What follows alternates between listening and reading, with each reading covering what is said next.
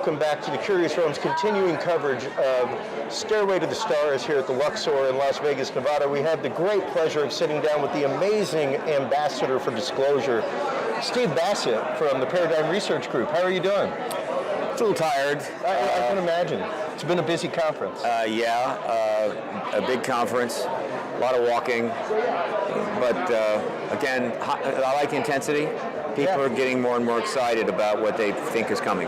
Absolutely, and even right now, you're coming on the heels of just starting up the Hollywood Disclosure Alliance, which is hugely exciting. Has a great potential. We launched it on the 1st. We're getting some few more things in order. It'll be a nonprofit soon, hopefully within a week or two. And it's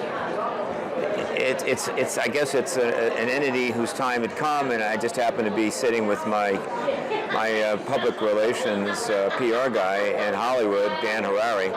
We were having lunch, and he had this idea, and I said, yeah, I tried that once, but he had the means to maybe really make it happen. So we created the Hollywood Disclosure Alliance, and essentially it is a nonprofit networking entity in its purest form, meaning it exists primarily to do one thing: to network the people in the film industry, the professionals of every type, right? Actually, not just the film industry, the entertainment industry, which would include music and everything else, and the people in the UAP, ET, disclosure activists, researchers, journalists, all of that world, which has been operating, as we know, as a citizen project in a way, without the government's imprimatur, under a lot of ridicule and what have you for years. And it hasn't been easy. Meanwhile, the entertainment industry has thrived on this subject, making billions of dollars from their fictional films. And billions of cortisol dollars. Yes, indeed. So now it's time for them to get into the real issue, and they are. The film industry is figuring out what's happening, and they've got projects going and so forth. So this is designed to accelerate the ability for the film industry to access all of the citizen science researchers that have been doing this work for years, and vice versa.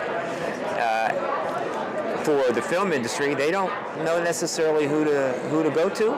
Sure. The UFO ET people and what have you, they just assume rightly that most of the people in the industry don't want to even talk to them. So now we have a founding member group of film and entertainment industry people, high end, and they're going to continue to get higher. And then we have a founding group of researchers, activists, journalists in this field. And they're listed, and they can see each other, and if they want to contact each other, they can get in touch with the board, and appropriately we will provide email and what have you. And they can reach out and do deals. And there's other ways we're networking people together. Already had several things happen. And so everybody that's involved can make money by doing deals, contracts, streaming, documentaries. The HCA makes no money. It will not be in part of any deals. It doesn't have a subscription. It is nothing but a networking entity. We hope to be supported by donations, and we will be seeking those very soon. And if we get sufficient donations, we'll be able to expand our activities, but always along the genre of getting people together. And the ultimate reason for this is that if disclosure of the ET presence comes, capital D, confirmation, then essentially somebody has got to educate the entire planet on this subject and its history. A lot of that will be online, a lot of that will be just standard online stuff, but documentaries, films, streaming series, scripted films about some of the events in history, all of that is going to come out of the entertainment industry. That's what we're really servicing, because we think that's coming. Well, precisely, because prime example is my mother-in-law was once the head of the Boston Teachers Union, and because of that became an advisor for the TV show Boston Public whenever it started. And they wanted to know, like, how did the school system actually deal with these things when they happen? And very much the same way, there are technology advisors for movies, all kinds of stuff. Who is the ET advisor? Well, except that your mother-in-law, you said? Yes. Yeah, she wasn't tainted with the ridicule of her job. Exactly. And so it's logic they're bringing together. That has not happened at the Exactly. high level. Now, I'm not saying that some of it wasn't happening. We just need to accelerate it. Well, there have definitely been things like Hangar 21, which was based off of MUFON files, that kind of stuff. Well, of course. yeah. But at the same token, you don't have like a Richard Dolan sitting in as an advisory person on a movie right now. I don't. You know? I can't say for sure. I mean, it's sure. possible. I'm simply saying that we know that in general, the truth embargo created by the government has kept in some respects, the journalistic world really from these people, the ones that know, the ones that have been trying to learn and understand. It's kept the film industry people apart. Also funding, certainly. Yeah. That truth embargo is now collapsing. Right. Good. So we don't want to sit around and wait. As that truth embargo is collapsed, these people can get together. Let's make it easy. Yeah. So are we going to be the IMDb of this field? No, we're not. But of course, IMDb is an incredible networking thing, and from one of the greatest databases of all time. But if you want to connect somebody, you gotta join IMDb Pro, and then you're probably getting in touch with their agents, which is fine. We're going to put people directly together in that if you're in the HDA and you feel you want to be in touch with somebody and you say, look, I want to reach that person, can I have their contact? We will give the contact information to that individual. That is so beautiful. So they can get directly in contact.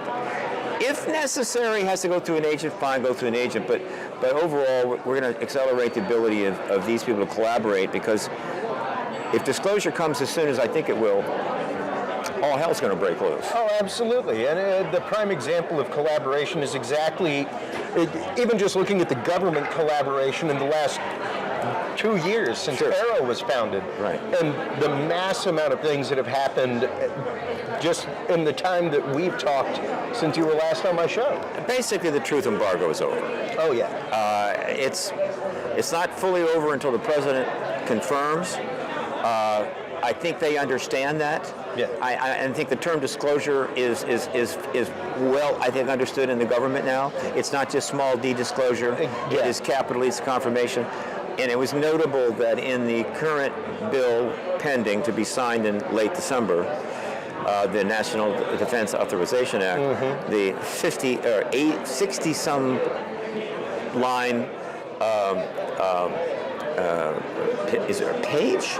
No, it's 60 pages rather of the act that involves the UAP issue. Oh wow! That amendment, that act, is called the UAP Disclosure Act. That's what they called it under the law. It's called the UAP Disclosure Act. So I think that's a little message.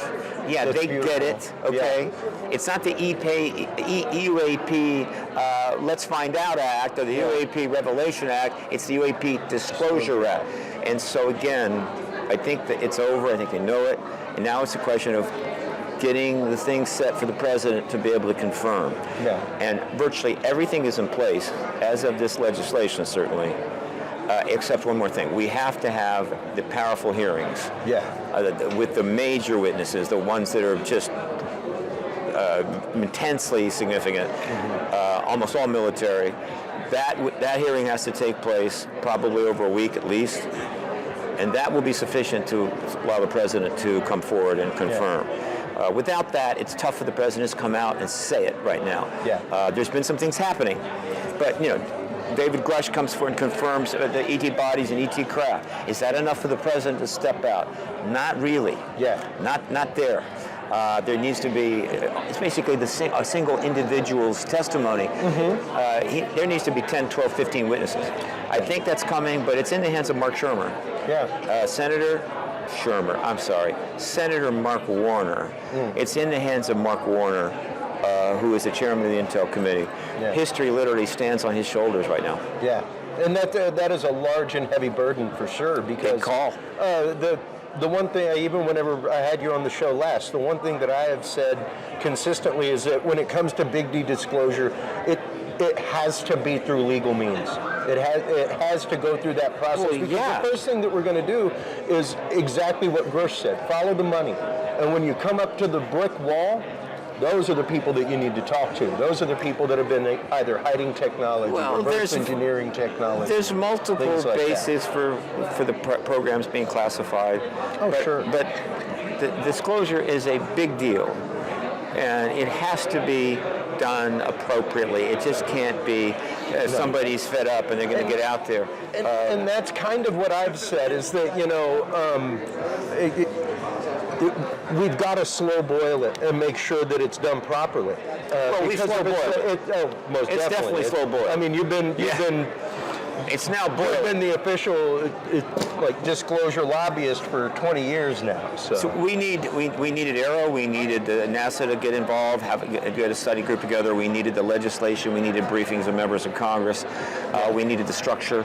We needed the legislation that will explain how information will move out from the secret world into to be analyzed and so forth, and then into the archives, into the public. All of that pretty much is now put in place with the passage of this bill. Yeah, it's been a fantastic road to just sit back and fly on the wall watch for the last 2 years to see this beautiful culmination of things actively happening. And if anyone wants to really kind of see the record as the best record that's available right now, there'll be books, God knows, is go to my website, paradigmresearchgroup.org, and then under resources, just hover, comes down, go to print media archive, click through there, go to the main archive, and there you'll find 15,000 news articles about this in chronological order. So you can go back a year or whatever and just start reading forward. And in the news, literally, you're seeing it all unfold as covered by the news. And so it's now covered and they even seriously. said that in the last hearing with Bush. They said,